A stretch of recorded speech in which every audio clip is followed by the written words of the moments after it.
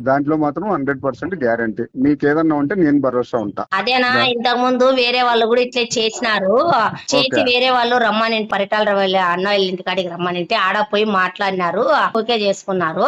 వాళ్ళకే ఒక మాట మీరు ఫోన్ చేయాల్సి ఉంటుంది, ఎత్తపోయే వాళ్ళు వాళ్ళే కాబట్టి. ఒకటమ్మా, మాకు సంబంధం లేదు. మీరు ఇచ్చేది మన అనంతపూర్ అర్బన్ లో ఉండే ఇప్పుడు స్టోర్స్ కూడా ఈ నెల అందరికి అలర్ట్ చేసినాము. రేపు నెల నుంచి స్టోర్స్ అంతా మా హ్యాండ్ ఓవర్ లోనే ఉంటాయి. మొత్తం ముందే చెప్తున్నాను.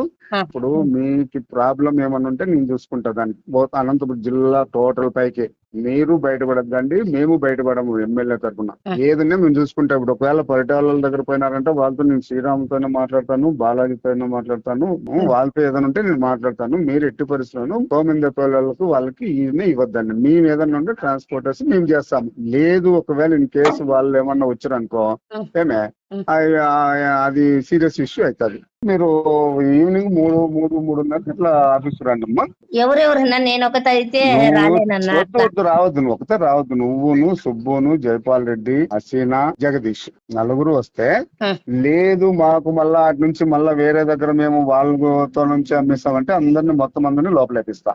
సరేలేనా మీరు అది మనకేముంది లోకల్లో మేము ఊరికే చేసే వరకే మేము కాదమ్మా. చెప్తాను నేను. లోకల్లోను ఇప్పుడు ఇంకా 5 సంవత్సరాలు లోకల్లో మేము చూసుకోవాల్సిందే ఏమన్నా కూడా.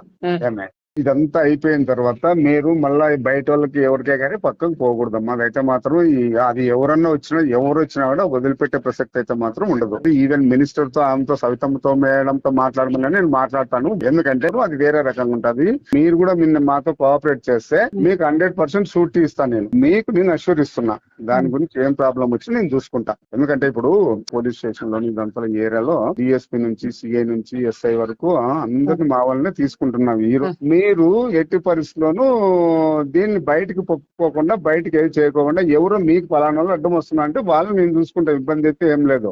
ఊరికే బయట ఎక్కడో వచ్చి బయట చేసేదానికి ఆఫీస్ దగ్గరకు వచ్చి కూర్చొని మాట్లాడితే ప్రాబ్లం సాల్వ్ అయిపోతుంది. సరేలేనా వస్తాంలేనా. ఓకే అమ్మా.